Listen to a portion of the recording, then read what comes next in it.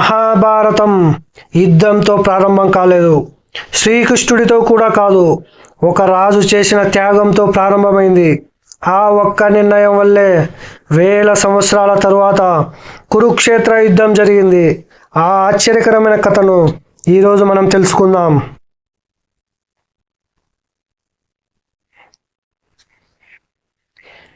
ఈరోజు మనం వినబోయేది కేవలం కథ కాదు, వేల సంవత్సరాలుగా ప్రపంచాన్ని ఆశ్చర్యపరుస్తున్న ఒక మహా ఇతిహాసం, మహాభారతం. ఈ పేరు వినగానే మనకు వెంటనే గుర్తొచ్చేది పాండవులు, కౌరవులు, శ్రీకృష్ణుడు, కురుక్షేత్ర యుద్ధం. కానీ మీకు ఒక విషయం తెలుసా? మహాభారతం అస్సలు అక్కడ ప్రారంభం కాలేదు. ఈ మహాకథ వెనుక ఇంకో మహాకథ ఉంది. ఒక రాజు చేసిన త్యాగం, ఒక తల్లి దాచుకున్న రహస్యం, ఒక భయంకరమైన ప్రతిజ్ఞ, ఒక శాపం. ఈ 4 సంఘటనలే చివరికి ప్రపంచంలోని అత్యంత గొప్ప యుద్ధానికి కారణమయ్యాయి. ఈరోజు మనం కాలాన్ని కొన్ని వేల సంవత్సరాలు వెనక్కి తీసుకెళ్తాం. అప్పుడు భూమిపై ఎన్నో మహారాజ్యాలు ఉండేవి. ధర్మం కోసం జీవించే రాజులు, గొప్ప ఋషులు, యజ్ఞాలు, తపస్సులతో నిండిన యుగం అది. ఆ కాలంలో 2 గొప్ప రాజవంశాలు ఉండేవి. ఒకటి సూర్యవంశం, మరొకటి చంద్రవంశం. రామాయణం సూర్యవంశానికి చెందిన కథే అయితే మహాభారతం చంద్రవంశానికి చెందిన కథ. ఈ చంద్రవంశంలో ఎన్నో మహారాజులు జన్మించారు.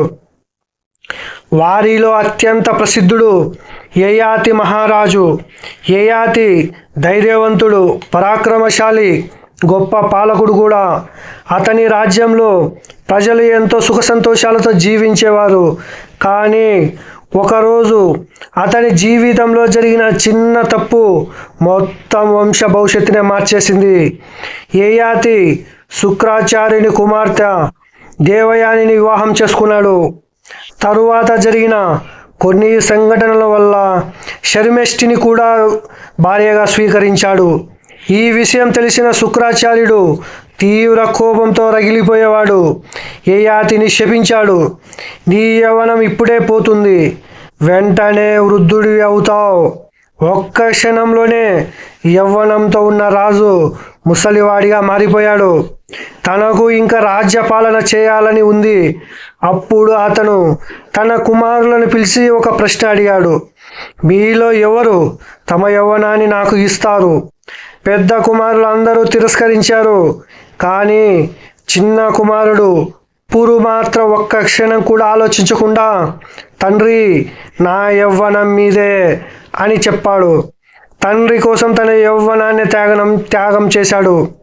ఆ త్యాగం చూసి యయాతి కన్నీళ్లు పెట్టుకున్నాడు. కొంతకాలం తర్వాత తన తప్పు తెలుసుకున్న యయాతి పురుకే రాజ్యాన్ని అప్పగించాడు.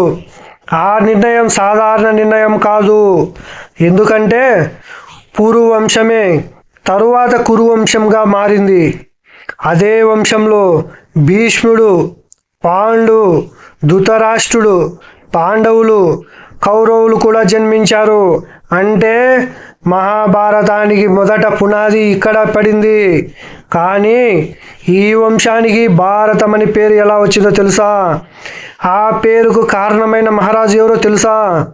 అది తెలుసుకోవాలంటే మనం ఇప్పుడు మరో అద్భుతమైన ప్రేమ కథలోకి వెళ్ళాలి. ఒక రాజు, ఒక ఆశ్రమంలో పెరిగిన యువతి. వారి ప్రేమ వల్లే ఈ దేశానికి భారతదేశం అని పేరు వచ్చిందని అనేక పురాణాలు, ఇతిహాసాలు, సాంప్రదాయాలు చెబుతున్నాయి. మనము ఇప్పుడు తర్వాత భాగంలో దుష్యంతుడు, శకుంతల ప్రేమ కథను ఇదే శైలిలో ప్రారంభిస్తాం. నెక్స్ట్ కొనసాగుతుంది పార్ట్ 2.